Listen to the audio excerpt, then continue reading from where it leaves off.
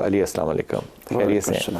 Doctor علی یہ فرمائیے کہ یہ کیوں ایسا ہے کہ اگر عشق رسول میں صلی اللہ علیہ وسلم، عشق رسول میں عشق اہل بیت نہ ہو تو منافقت سی لگتی ہے، میں نے اپنی طرف سے ڈالا چلیں اصل میں نا قرآن اور سنت کا ایک بہت اہم پہلو ہے جو آج نگیٹ کر رہی ہیں. ہر دور میں اس کی انٹرپریٹیشن نہیں ہونی چاہیے. واہ، ٹھیک ہے. مثلا ابھی میں نے کتاب بھی لکھ رہا ہوں کہ اس میں یہ ہے کہ جو قرآن مجید ہے نا سر، وہ قرآنی افکار اپنے فروغ کے لیے مخصوص تمدن، خاص تاریخی پس منظر کا مرہون منت ہوتا ہے. اگر وہ خاص تمدن اور وہ پس منظر اس کو میسر نہ آئے نا تو قرآن غیر مؤثر ہو جاتا ہے. آج کیوں غیر مؤثر ہے؟ یہ وجہ ہے. تو یہ بات جو آپ نے کی ہے، کیا امپورٹنٹ بات کی علی آپ نے، کیا بات کر دی ہے. ہم اس کو اپنے زمانے کے علم اور تقاضوں کے مطابق انڈرسٹینڈ نہیں کر رہے. قرآن آج میرے لیے، میرے پاس تو آج ہے نا، میں تو اب پیدا ہوا ہوں نا، تو 1400 سال پہلے آیا تو اللہ کی کتاب ہے. اللہ کہتا ہے کہ یہ قیامت تک کے لیے دعوے دار ہے کہ انسانی نفسیات کے ارتقاء جہاں بھی پہنچ جائے یہ اس سے آگے کھڑی ہوگی. تو پھر نفسیات کے ارتقاء کی روشنی میں اس کو دیکھنے کی ضرورت ہے. کیا بات ہے. امام جعفر صادق کا کال سنا دوں آپ کو، پھر کال پہ جاؤں گا، پھر اصلی موضوع پر آئیں گے. کیا بات ہے یار، مزہ آ گیا.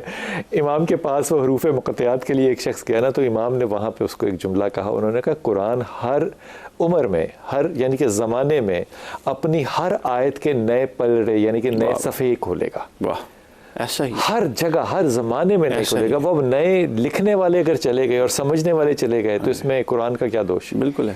تو اب یہ ہے کہ ہم مخصوص تاریخی تمدن ہمیں چاہیے، ٹھیک ہے، اور مخصوص ایک علمی ماحول چاہیے. علمی ماحول چاہیے. قرآن نے کیوں پہلتی شرط لگائی ہے ہدی للمتقین؟ او بھائی تو متقی کرنے کے لیے آیا ہے، تو خود کہہ رہا ہے کہ متقیوں کے لیے ہدایت ہے. تو کیا پہلے کچھ متقی چل رہے ہوں گے؟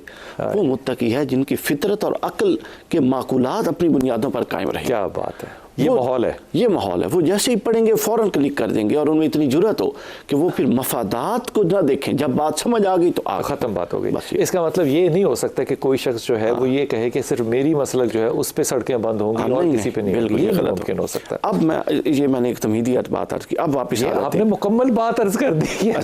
اب اس کو ہم پلٹ کے کرتے ہیں کہ اگر رسول اللہ صلی اللہ علیہ وسلم کے ساتھ اہل بیت کا ذکر نہ ہو تو نہیں. اب بات پلٹ گئی ہے. وہ ایک دور تھا جب یہ بات اسی طریقے سے تھی، آئندہ بھی ایسا وقت آ سکتا ہے. لیکن آج ناسبیت کے جن چیزوں سے ہم نبرد آزما ہے، ناسبیت سے مراد ہے کہ جہاں پر بغض اہل بیت کو عین ایمان قرار دے دیا جائے.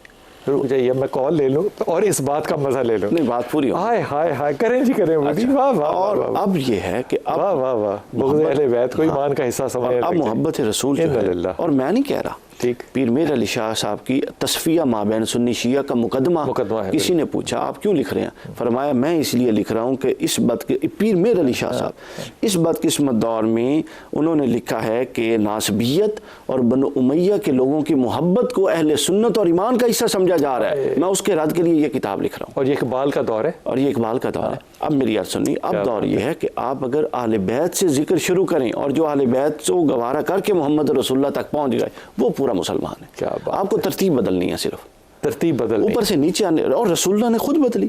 حسین و منی ختم نہیں کیا، وانا من الحسین، ریورس آرڈر میں بھی بتایا حسین مجھ سے ہے اور میں حسین سے. تو یہ آپ نے دونوں آرڈر چیک کرنے ہیں.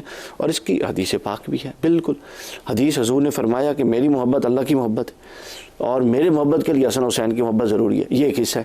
دوسری حدیث میں فرمایا جس نے حسن حسین سے محبت کی وہ گویا مجھ سے کر چکا اور جو مجھ سے کر چکا وہ اللہ سے کر چکا.